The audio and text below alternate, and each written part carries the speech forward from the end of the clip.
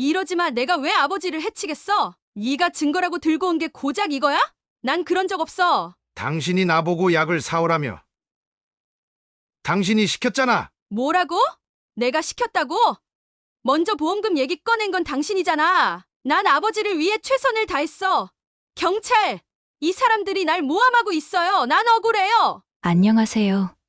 사연의 창가입니다. 오늘은 가족 간의 신뢰가 무너지는 충격적인 이야기를 들고 왔습니다. 뇌졸중으로 쓰러진 아버지를 누나 부부가 모시겠다고 나섰는데요. 처음에는 효심 가득한 결정이라 생각했지만 그 이면에는 끔찍한 계획이 숨겨져 있었습니다. 과연 어떤 일이 벌어졌을까요?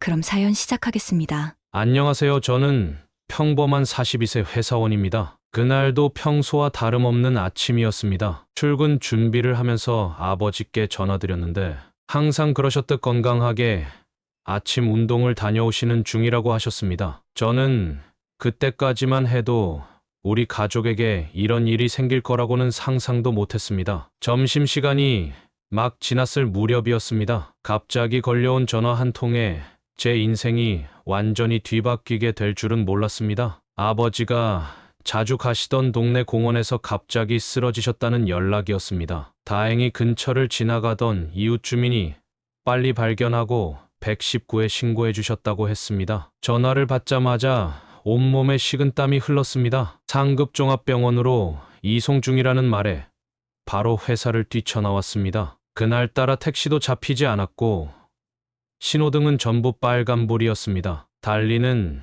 지하철 안에서 가슴이 터질 것 같았습니다. 병원에 도착했을 때 아버지는 이미 중환자실로 옮겨진 후였습니다. 의사 선생님의 설명은 청천벽력과도 같았습니다. 뇌졸중이었고 상태가 매우 위중하다고 했습니다. 앞으로 수개월의 치료가 필요할 거라는 말씀에 멍하니 서 있을 수밖에 없었습니다. 얼마 뒤 누나와 매형도 병원에 도착했습니다. 누나는 눈물을 훔치며 아버지를 걱정하는 모습이었고 매형도 안타까워하는 표정이었습니다. 의사 선생님은 수술이 필요하다고 했습니다. 뇌 안의 혈전을 제거하는 시술이었는데 비용이 만만치 않았습니다. 보험으로 처리되는 부분도 있었지만 거액의 치료비가 필요했습니다. 가족 회의를 하면서 처음으로 불편한 기운을 느꼈습니다. 매형은 자신들도 아이들 교육비 때문에 여유가 없다며 한숨을 쉬었고 누나는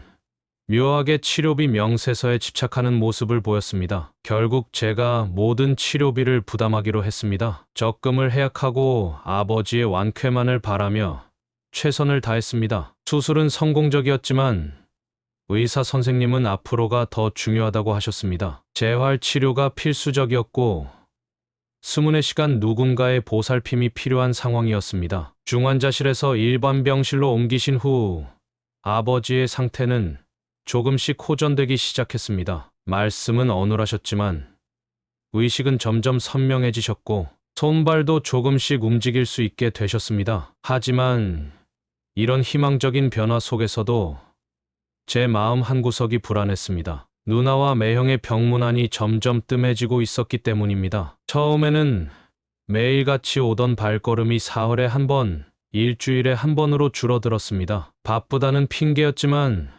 뭔가 이상한 느낌을 지울 수가 없었습니다. 특히 매형이 병원비 영수증을 몰래 살펴보던 모습이 자꾸 눈에 걸렸습니다. 한 달여간의 입원 생활이 끝나갈 무렵 퇴원 후의 생활에 대한 논의가 시작되었습니다. 누나는 아이들 교육 때문에 바빠서 아버지를 모시기 힘들다고 했습니다. 중학생과 초등학생인 조카들의 학원 스케줄이 빽빽해서 누나도 정신이 없다고 했습니다. 결국 제가 아버지를 제 집으로 모시기로 결정했습니다. 처음에는 막막했습니다. 혼자 살던 원룸에서 급하게 이사를 해야 했고 아버지께서 지내시기 편한 환경을 만들기 위해 많은 준비가 필요했습니다. 침대를 구하고 화장실에 안전바를 설치하고 미끄럽지 않은 매트를 깔고 하나하나가 새로운 도전이었습니다. 가장 큰 문제는 아버지를 돌봐주실 요양보호사를 구하는 일이었습니다. 스문의 시간 케어가 필요한 상황이라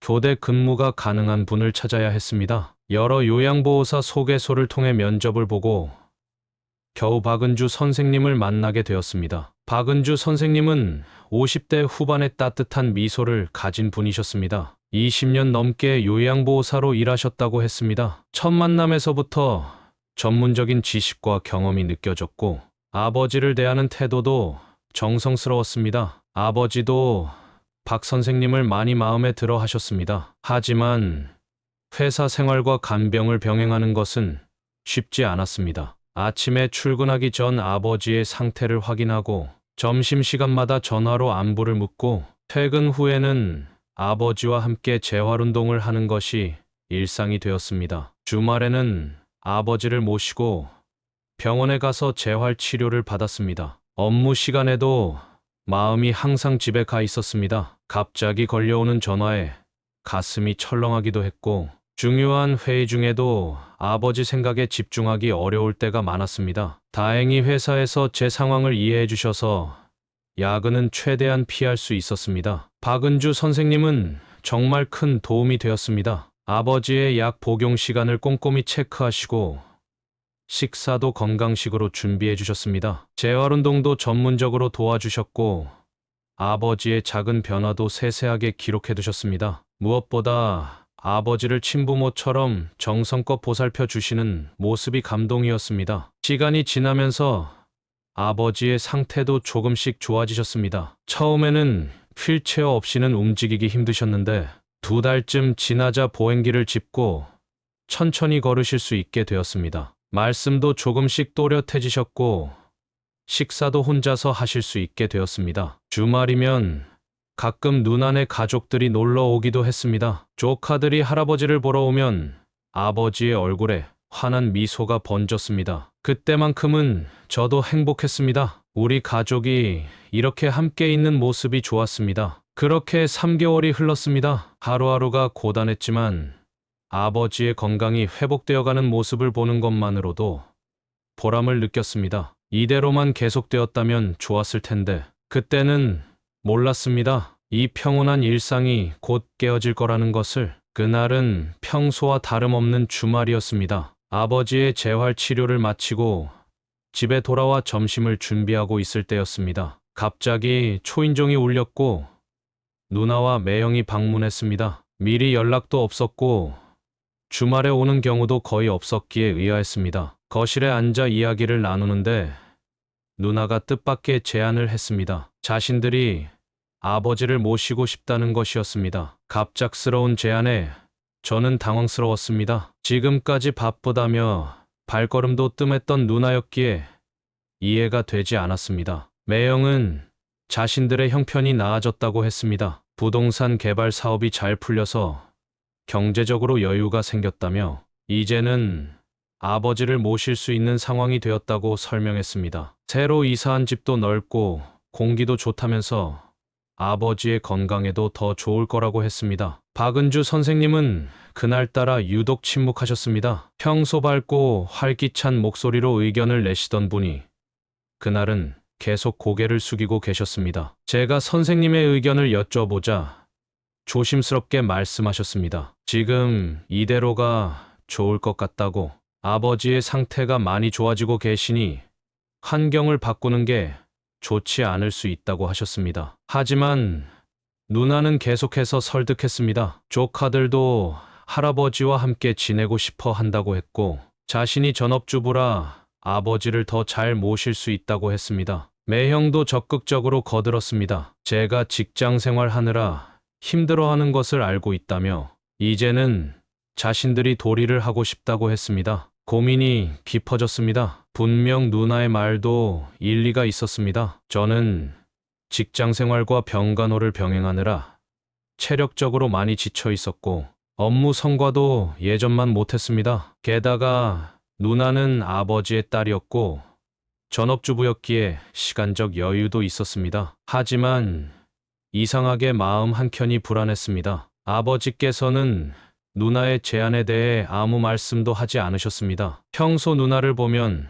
환하게 웃으시던 아버지께서 그날은 계속 창밖만 바라보고 계셨습니다. 박은주 선생님의 걱정스러운 눈빛도 마음에 걸렸습니다. 그날 밤 잠을 이루지 못했습니다. 창밖을 바라보며 오랫동안 생각에 잠겼습니다. 아버지를 잘 모시는 것, 그것만이 제 유일한 바람이었습니다. 누나의 제안이 정말 아버지를 위한 것일까? 이런저런 생각이 꼬리를 물었습니다. 다음 날 아침 아버지께 여쭤봤습니다. 누나네 집으로 가고 싶으신지. 하지만 아버지는 여전히 말씀이 없으셨습니다. 그저 제 손을 꼭 잡고 계실 뿐이었습니다. 그 따뜻한 손길이 지금도 생생합니다. 결정을 내리기까지 일주일이 걸렸습니다. 그 시간 동안 누나는 매일같이 전화를 걸어왔고 매형도 수시로 연락을 했습니다. 결국 저는 그들의 진심을 믿기로 했습니다. 이사를 준비하는 내내 마음이 무거웠습니다. 아버지의 짐을 정리하면서도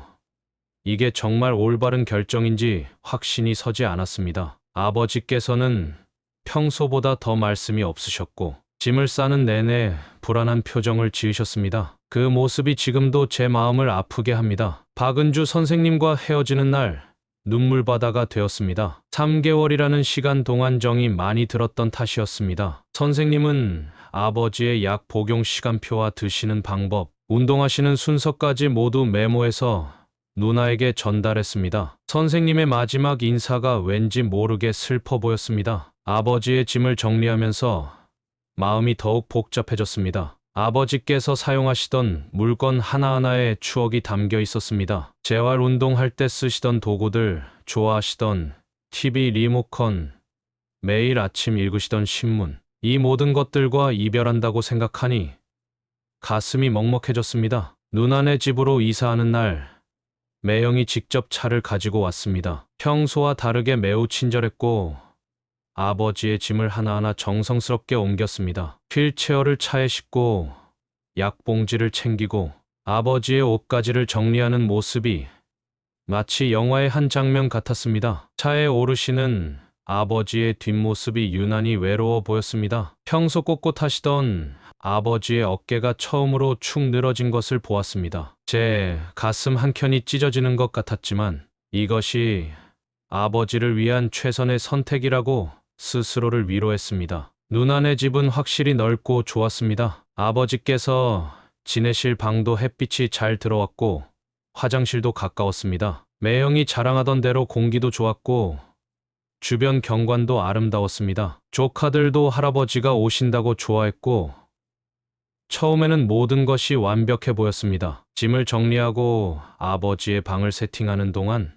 누나는 매우 세심하게 챙기는 모습을 보였습니다. 아버지가 좋아하시는 방향으로 침대를 놓고 화장실 안전바도 새로 설치했습니다. 그동안 제가 해왔던 모든 것들을 꼼꼼히 물어보고 메모하는 모습이 안심이 되었습니다. 저녁이 되어 집으로 돌아가야 할 시간, 아버지께서는 처음으로 제 손을 꼭 잡으셨습니다. 무언가 말씀하시려는 듯 입을 여러 번 달싹이셨지만 결국 아무 말씀도 하지 못하셨습니다. 그저 제 손을 꼭 잡고 계시다가 천천히 놓으셨습니다. 집으로 돌아오는 길이 이렇게 힘들 줄 몰랐습니다. 3개월 동안 함께 지내며 익숙해진 아버지의 존재가 없는 집은 너무나 텅 비어 보였습니다. 아버지가 앉으시던 소파, 좋아하시던 TV 프로그램 시간, 매일 아침 들리던 기침 소리, 모든 것이 그리워졌습니다. 그날 밤 이상하게도 잠이 오지 않았습니다. 아버지는 잘 주무시고 계실까? 불편한 건 없으실까? 약은 제때 드시고 계실까? 걱정이 꼬리를 물었습니다. 이사한 지 일주일이 지났을 때였습니다. 주말에 아버지를 뵈러 갔는데 평소보다 피곤해 보이시는 모습이 마음에 걸렸습니다. 재활운동도 예전만큼 하지 않으시는 것 같았고 식사량도 줄어든 것 같았습니다. 아무래도 전문적인 도움이 필요하다고 생각했습니다. 그날 저녁 누나와 매형에게 조심스럽게 말을 꺼냈습니다. 제가 비용을 부담할 테니 예전처럼 요양보호사를 고용하면 어떻겠냐고 제안했습니다. 박은주 선생님께 연락도 해봤고 다행히 선생님도 흔쾌히 수락하셨다고 말씀드렸습니다. 하지만 누나의 반응은 예상과 달랐습니다. 극구 반대했습니다. 자신이 충분히 아버지를 돌볼 수 있다며 오히려 제가 자신을 믿지 못하는 것 같다며 서운해했습니다. 매형도 누나의 말에 동조하며 굳이 돈을 들여가며 남의 손을 빌릴 필요가 없다고 했습니다. 아버지는 그 자리에서 아무 말씀도 하지 않으셨습니다. 그저 고개를 숙이고 계실 뿐이었습니다. 평소 같으면 본인의 의견을 분명히 말씀하시던 아버지께서 이렇게 조용하신 적이 없었습니다. 그 침묵이 지금 생각해보면 많은 것을 말해주고 있었는데 당시에는 알아채지 못했습니다. 누나는 계속해서 그럴듯한 이유를 대며 저를 설득했습니다. 아버지가 낯선 사람이 있으면 불편해하신다고도 하고 가족끼리 돌보는 게 더 정성스럽다고도 했습니다. 하지만 왠지 모르게 누나의 말투에서 불편한 기운이 느껴졌습니다. 특히 매형의 태도가 이상했습니다. 제가 비용을 전액 부담하겠다고 했음에도 불구하고 마치 자신들의 돈을 쓰는 것처럼 예민하게 반응했습니다. 심지어는 남의 손이라는 표현을 쓰며 요양보호사를 마치 귀찮은 존재처럼 말하는 것이 불쾌하게 느껴졌습니다. 결국 그날의 대화는 불편한 분위기로 끝이 났습니다. 아버지 방에 들어가 인사를 드리려 했지만 누나가 이미 주무신다며 만류했습니다. 평소 같으면 제가 올 때까지 깨어 계시던 아버지였는데 집으로 돌아오는 길 자꾸만 마음이 불안했습니다. 아버지의 침묵, 누나의 과한 거부 반응, 매형의 불편한 태도, 모든 것이 이상했습니다. 하지만 저는 그저 제가 너무 예민한 게 아닐까 하며 스스로를 달랬습니다. 그날 이후로 주말마다 아버지를 뵈러 갔지만 매번 누나는 아버지가 주무신다거나 피곤하시다는 핑계를 대며 제가 오래 머무는 것을 꺼렸습니다. 통화도 점점 어려워졌고 아버지와 단둘이 이야기할 기회는 거의 없었습니다. 불안감은 점점 커져갔습니다. 하지만 가족이라는 이름으로, 누나라는 이름으로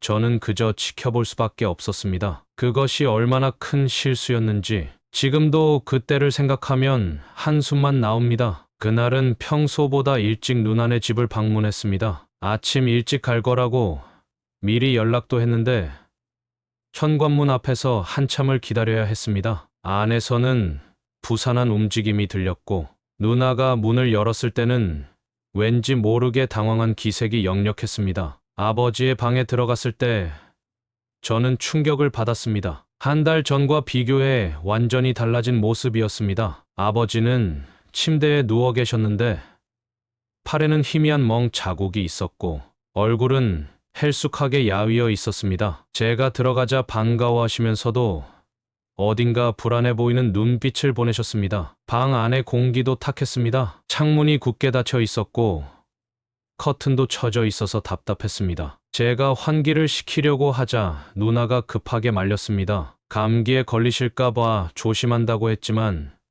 밖은 따뜻한 봄 날씨였습니다. 식사를 하시는 모습도 달라지셨습니다. 예전에는 늘 혼자서 식사하실 수 있었는데 이제는 손이 많이 떨리셨습니다. 수저를 제대로 잡지 못하시는 모습에 가슴이 아팠습니다. 누나는 이것이 병의 자연스러운 진행 과정이라고 설명했지만 저는 도저히 이해할 수 없었습니다. 아버지의 약봉지를 확인하려 했더니 누나가 먼저 치워버렸습니다. 제가 약을 확인하고 싶다고 하자 자신이 잘 챙기고 있으니 신경 쓰지 말라며 오히려 화를 내었습니다. 매형도 옆에서 너무 예민하게 굴지 말라며 핀잔을 주었습니다. 화장실에 모시는 동안 아버지의 팔을 잡았는데 놀라운 것을 발견했습니다. 팔목 부분에 마치 무언가로 묶었던 것 같은 자국이 있었습니다. 제가 그것을 보고 있자 누나가 급하게 아버지의 소매를 내리며 재활운동하다가 생긴 자국이라고 설명했습니다. 점심시간이 되어 식사를 하러 거실로 나왔는데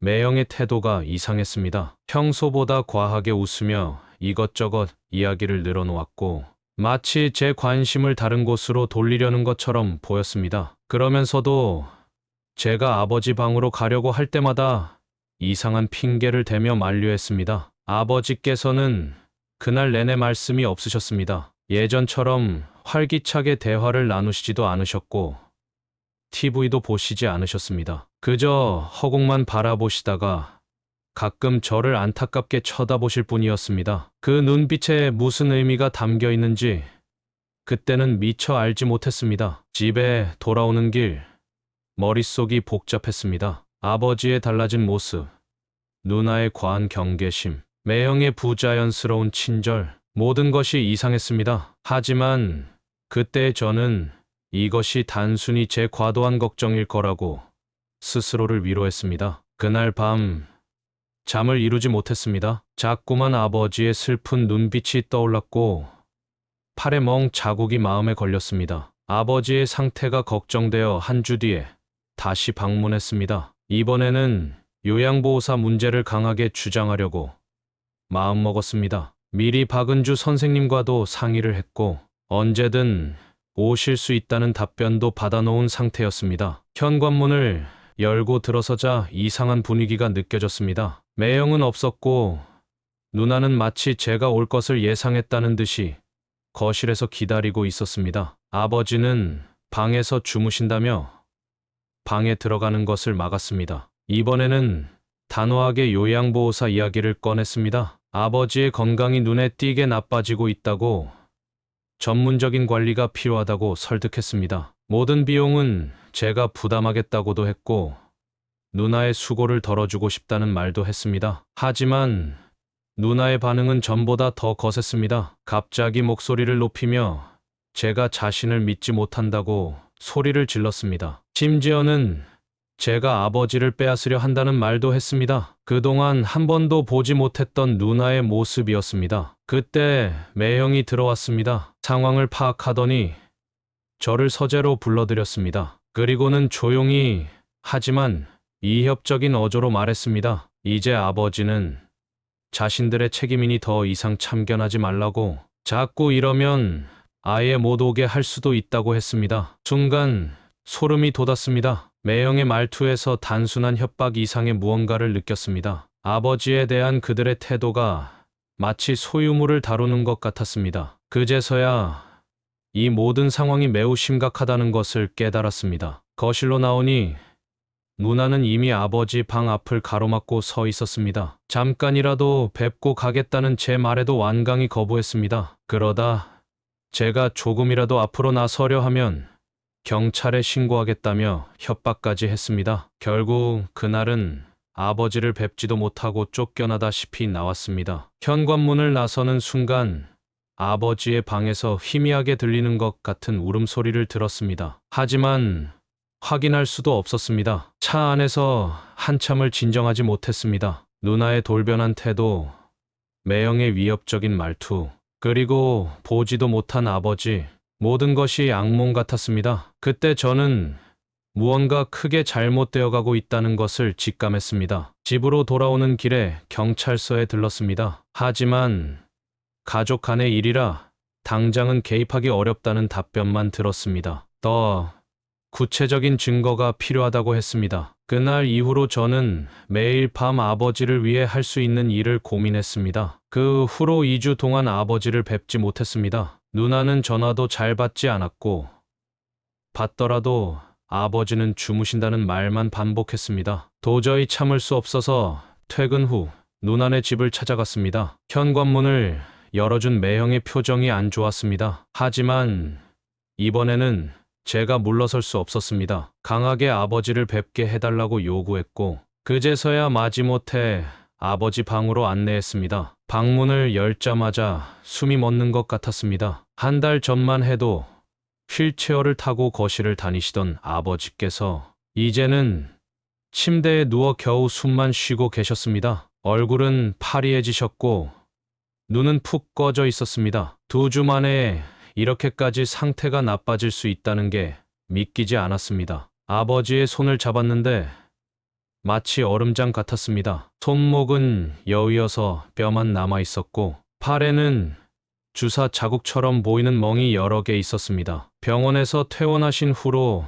주사 치료를 받은 적이 없다는 것을 알기에 그 자국들이 더욱 의심스러웠습니다. 누나는 계속해서 변명을 늘어놓았습니다. 아버지가 갑자기 식사를 거부하셔서 그렇다고도 하고 병세가 원래 이렇게 진행되는 거라고도 했습니다. 방 안을 둘러보니 더 이상한 점들이 눈에 들어왔습니다. 아버지가 늘 베고 계시던 베개가 사라져 있었고 좋아하시던 라디오도 보이지 않았습니다. 대신 낯선 약병들이 서랍장 위에 늘어서 있었는데 누나는 제가 그쪽을 보려고 할 때마다 시선을 돌리게 만들었습니다. 매형은 그 시간 내내 방 밖에서 서성거렸습니다. 마치 제가 무슨 일을 벌일까봐 감시하는 것 같았습니다. 가끔 방 안을 들여다보며 어서 나가라는 듯한 눈빛을 보냈고 누나와 눈빛을 주고받는 모습도 보였습니다. 아버지께서는 저를 보시고 희미하게 미소 지으셨지만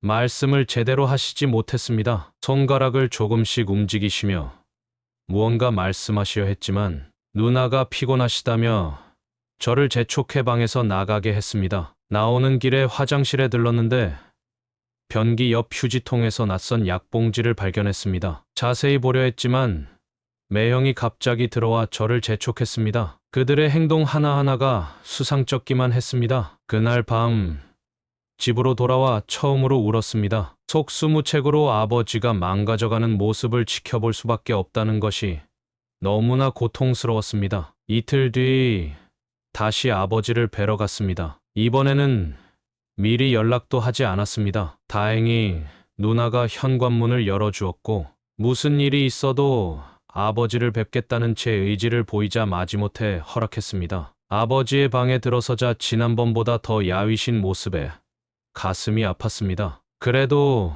저를 보시자 반가워하셨고 힘겹게 손을 들어 제 손을 잡으려 하셨습니다. 누나가 잠시 전화를 받으러 나간 그 짧은 순간 예상치 못한 일이 벌어졌습니다. 아버지께서 갑자기 제 손을 꼭 잡으셨습니다. 그리고는 떨리는 손으로 무언가를 제 손바닥에 쥐어주셨습니다. 작은 종이를 접은 것 같았습니다. 아버지의 눈빛이 간절했습니다. 말로 표현할 수는 없었지만 그 눈빛에서 절박함이 느껴졌습니다. 침착하게 행동했습니다. 화장실에 다녀오겠다고 양해를 구하고 나왔습니다. 화장실에 들어가자마자 떨리는 손으로 종이를 폈습니다. 삐뚤빼뚤한 글씨로 쓰여진 내용을 보는 순간 온몸에 식은땀이 흘렀습니다. 살려줘.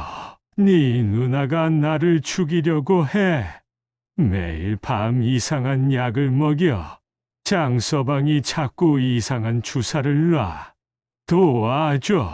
글씨가 흔들려 알아보기 힘들었지만 그 내용은 충격적이었습니다. 아버지께서 그동안 얼마나 힘드셨을지, 얼마나 무서우셨을지 생각하니 눈물이 났습니다. 하지만 지금은 울 때가 아니었습니다. 종이를 주머니에 넣고 나오는데 복도에서 매형과 마주쳤습니다. 매형은 제가 화장실에서 나오는 것을 이상한 눈초리로 쳐다보았습니다. 당황하지 않으려 애썼지만 심장이 터질 것 같았습니다. 아버지 방으로 돌아와 최대한 평소와 같이 행동하려 노력했습니다. 하지만 이제는 달라 보였습니다. 아버지 곁에 수상한 약병들, 누나의 과도한 간호, 매형의 불안한 눈빛, 모든 것이 공포스러웠습니다. 집으로 돌아오는 길, 머릿속이 복잡했습니다. 경찰에 신고를 해야 할지 아니면 다른 방법이 있을지. 하지만 확실한 증거가 없었습니다. 쪽지 하나로는 부족했습니다. 더 구체적인 증거가 필요했습니다. 그날 밤 잠들기 전까지 아버지의 쪽지를 수없이 다시 읽었습니다. 어떻게 하면 아버지를 안전하게 구해낼 수 있을지 밤새 고민했습니다. 그리고 마침내 계획을 세웠습니다. 다음 날 아침 가장 먼저 한 일은 이전 요양보호사였던 박은주 선생님을 만나는 것이었습니다. 선생님께 모든 상황을 설명드렸고 그동안 아버지께서 복용하시던 약의 종류와 용량을 자세히 여쭤봤습니다. 선생님도 이미 좋지 않은 예감이 들어 누나네 집 근처를 몇 번 살펴보셨다고 했습니다. 그 다음으로 경찰서를 찾아갔습니다. 하지만 또다시 같은 답변이었습니다. 확실한 증거가 없으면 개입하기 어렵다고. 결국 저 혼자 증거를 모아야 한다는 것을 깨달았습니다. 경찰에게 만약에 사태를 대비해 신고 기록이라도 남겨달라고 부탁드렸습니다. 집으로 돌아와 계획을 세웠습니다. 먼저 제 휴대폰의 녹음 기능을 설정했습니다. 긴급 SOS 버튼을 누르면 자동으로 녹음이 시작되고 제 휴대폰으로 전화가 걸리도록 만들었습니다. 여러 번 테스트해보면서 완벽하게 작동하는지 확인했습니다. 그리고 아버지께 전달할 작은 휴대폰을 준비했습니다. 오래된 제 보조 휴대폰이었는데 버튼 하나만 누르면 제 전화로 연결되도록 설정했습니다. 배터리가 오래 가도록 다른 모든 기능은 차단했고 소리도 나지 않게 했습니다. 다음 날 아버지를 뵈러 갔습니다. 누나와 매형의 감시를 피해 잠깐의 시간을 만들어야 했습니다. 다행히 점심시간이 되어 누나가 식사 준비를 하러 나갔고 매형은 잠시 전화를 받으러 밖으로 나갔습니다. 그 짧은 시간 동안 아버지께 최대한 빨리 설명드렸습니다. 휴대폰의 SOS 버튼 위치, 누르는 방법, 그리고 제 전화로 연결된다는 것까지. 아버지는 힘없이 고개를 끄덕이셨지만 눈빛만은 또렷하셨습니다. 휴대폰은 베개 밑에 조심스럽게 숨겨두었습니다. 이제 기다리는 일만 남았습니다. 매일 밤 휴대폰을 손에서 놓지 못했고 항상 긴장된 상태로 지냈습니다. 혹시라도 아버지께 무슨 일이 생기면 즉시 달려갈 수 있도록 차키도 항상 준비해 두었습니다. 박은주 선생님도 수시로 연락을 주고받았습니다. 선생님은 누나네 집 근처를 자주 지나다니시면서 수상한 점이 있는지 살펴보겠다고 하셨습니다. 특히 매형이 약국을 자주 들락거린다는 것을 목격하셨다며 이 사실도 기록해 두었습니다. 그렇게 이틀이 지났습니다. 아무런 연락이 없었지만 오히려 그것이 더 불안했습니다. 아버지께서 무사하신 걸까?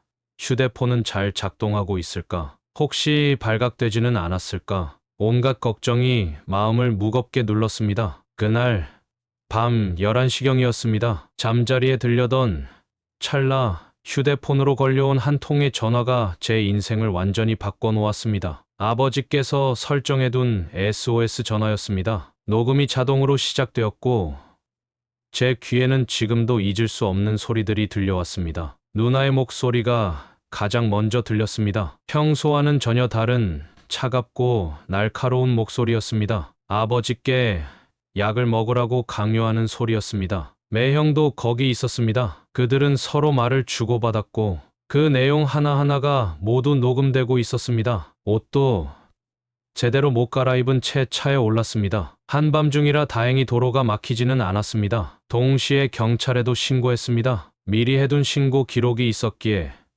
이번에는 경찰도 즉시 출동하겠다고 했습니다. 전화로 계속 들려오는 소리가 점점 더 위험해졌습니다. 아버지께서 신음하는 소리, 약을 억지로 먹이려는 소리, 매형이 주사를 준비하는 소리, 창문 밖으로 보이는 신호등이 모두 초록불이기를 간절히 빌었습니다. 누나네 집 주차장에 도착했을 때 이미 경찰차 2대가 대기하고 있었습니다. 조용히 올라가려는 찰나 아버지의 비명소리가 들렸습니다. 더 이상 기다릴 시간이 없었습니다. 경찰과 함께 재빨리 집으로 향했습니다. 현관문을 열고 들어간 순간 충격적인 광경이 펼쳐졌습니다. 아버지는 침대에 누워 계셨고 누나는 약병을 들고 있었으며 매형은 주사기를 손에 쥐고 있었습니다. 그들의 표정에서는 공포와 당황스러움이 동시에 묻어났습니다. 하지만 이미 늦었습니다. 아버지의 맥박이 점점 약해지고 있었습니다. 구급차를 불렀지만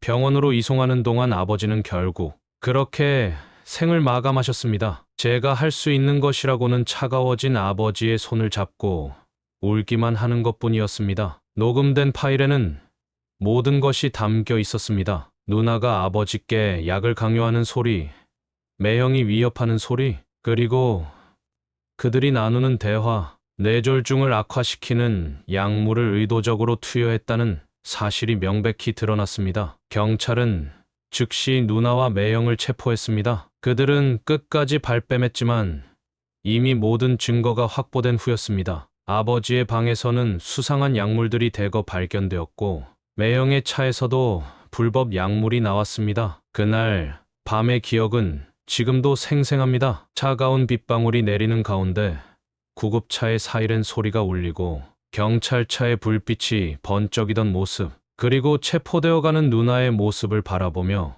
이 모든 것이 현실이 아니기를 바랐습니다. 하지만 이것은 현실이었고 이제 시작에 불과했습니다. 경찰 수사는 철저하게 진행되었습니다. 제가 제출한 녹음 파일은 디지털 포렌식 팀의 분석을 거쳤고 어떠한 조작도 없는 원본이라는 것이 증명되었습니다. 누나와 매형의 대화, 아버지의 신음 소리, 약물을 강요하는 순간까지 모든 것이 선명하게 담겨 있었습니다. 부검 결과는 더욱 충격적이었습니다. 아버지의 혈액에서 뇌졸중 증상을 악화시키는 약물이 다량 검출되었습니다. 법의학 전문의는 이 약물이 지속적으로 투여되었다는 소견을 냈고, 이는 사망의 직접적인 원인이 되었다고 밝혔습니다. 박은주 선생님의 증언도 결정적이었습니다. 선생님은 자신이 돌보시던 당시의 아버지 상태와 투약 기록을 모두 가지고 계셨습니다. 아버지 방에서 발견된 약병들도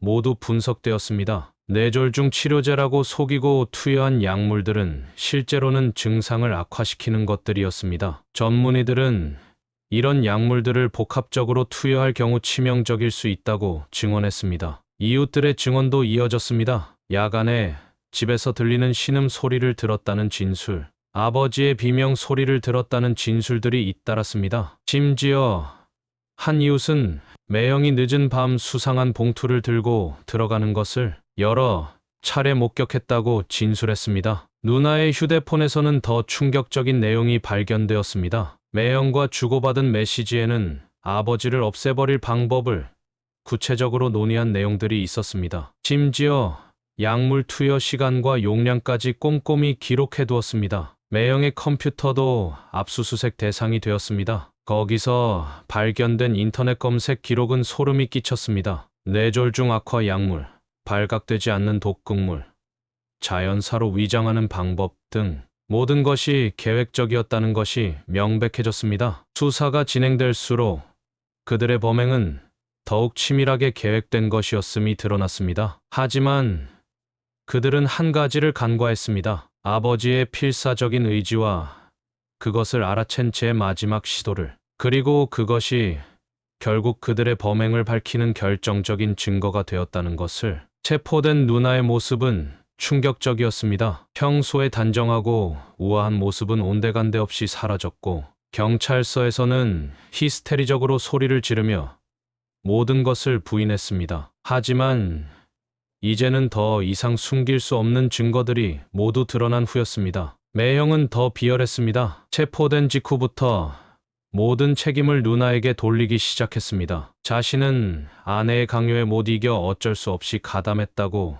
진술했습니다. 그동안 누나를 위해 모든 것을 했다던 매형의 배신은 차라리 아버지를 해친 것보다 더 충격적으로 다가왔습니다. 수사가 진행되면서 더 충격적인 사실들이 드러났습니다. 누나 부부는 아버지가 돌아가시기 몇 년 전 몰래 고액의 생명보험에 가입해두었습니다. 보험금 수령인은 당연히 누나였고, 금액은 제가 상상할 수 있는 것보다 훨씬 컸습니다. 그들은 아버지의 목숨을 돈으로 환산했던 것입니다. 경찰은 매형의 사무실도 압수수색했습니다. 거기서 발견된 서류들은 또 다른 충격을 안겨주었습니다. 부동산 개발 사업이 실패해 막대한 빚을 지고 있었고, 그들은 이미 파산 직전이었습니다. 아버지의 보험금이 그들의 마지막 희망이었던 것입니다. 누나의 휴대폰에서 발견된 추가 증거들은 더욱 끔찍했습니다. 아버지가 돌아가시기 전부터 장례식장을 알아보고 있었고, 심지어는 화장터까지 예약해두었습니다. 그들은 처음부터 이 모든 것을 계획하고 있었던 것입니다. 가장 큰 충격은 그들의 집에서 발견된 일기장이었습니다. 누나는 아버지를 모시기로 한 그날부터 어떻게 하면 자연스럽게 돌아가시게 할 수 있을지 구체적으로 계획을 세워두었습니다. 마치 일상적인 일을 기록하듯 차갑게 적혀있는 그 내용들을 읽으면서 저는 이제 더 이상 누나라고 부를 수 없다는 것을 깨달았습니다. 체포된 이후에도 그들의 뻔뻔함은 계속되었습니다. 누나는 여전히 자신이 아버지를 위해 최선을 다했다고 주장했고, 매형은 자신은 단지 아내의 말을 따랐을 뿐이라며 책임을 회피했습니다. 하지만 이제는 아무도 그들의 거짓말을 믿지 않았습니다. 모든 증거가 공개되자 주변 사람들의 태도도 달라졌습니다. 그동안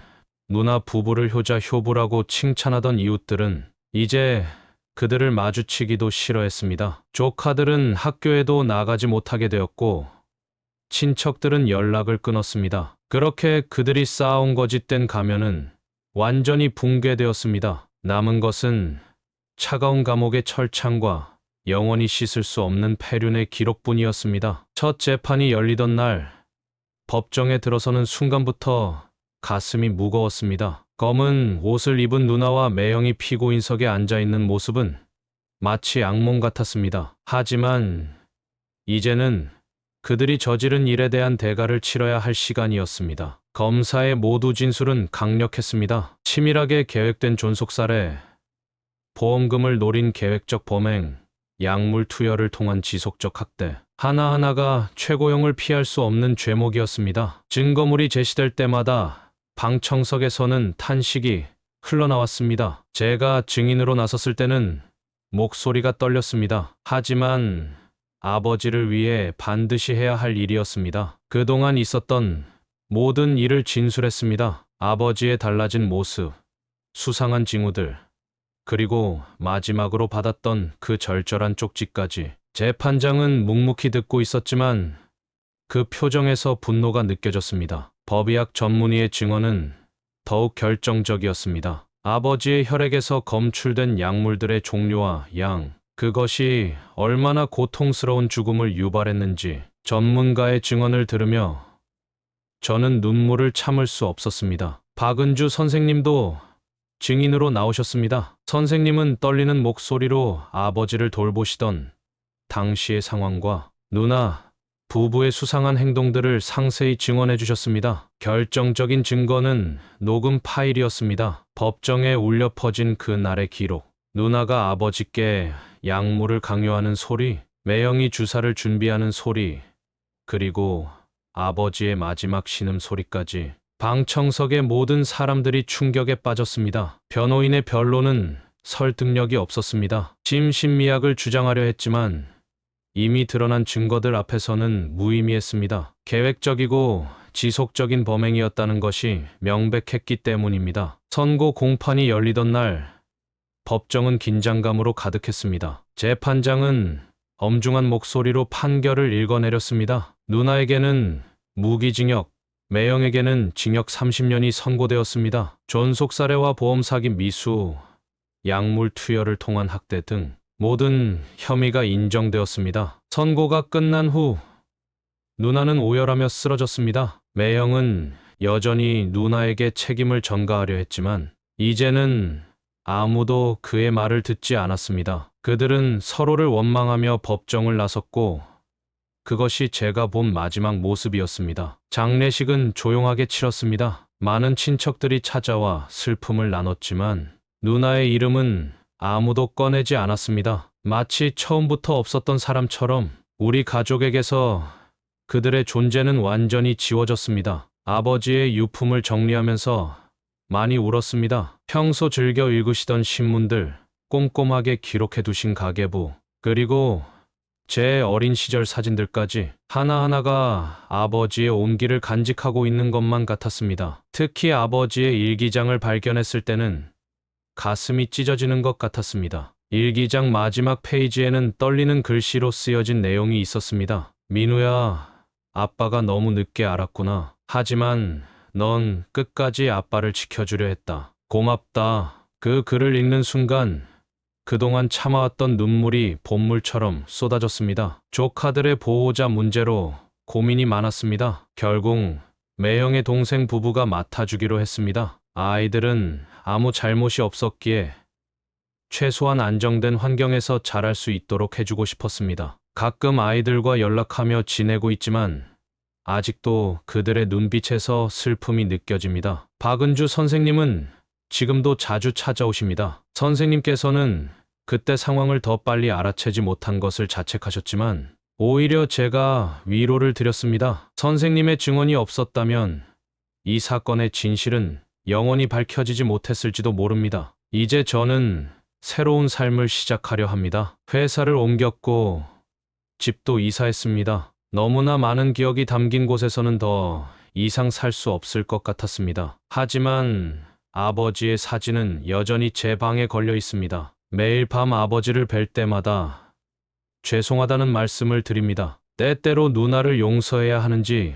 고민합니다. 하지만 아직은 그럴 수 없습니다. 어쩌면 평생 그들을 용서하지 못할지도 모릅니다. 그저 이제는 그들과 완전히 다른 삶을 살아가는 것만이 제가 할 수 있는 전부입니다. 최근에는 요양원에서 봉사활동을 시작했습니다. 그곳에서 만나는 어르신들의 모습에서 아버지를 떠올립니다. 한 분 한 분을 정성껏 돕다 보면 조금이나마 아버지께 못다한 효도를 하는 것 같아 마음이 편안해집니다. 세상에는 여전히 선한 사람들이 많다는 것을 알게 되었습니다. 수사를 도와주신 형사님들, 재판 과정에서 힘이 되어주신 검사님, 그리고 끝까지 함께 해주신 박은주 선생님까지 그분들 덕분에 저는 다시 일어설 수 있었습니다. 이제 저는 앞으로 나아가려 합니다. 비록 깊은 상처는 남았지만 그것을 안고 살아가는 법을 배우고 있습니다. 아버지께서는 늘 말씀하셨습니다. 살다 보면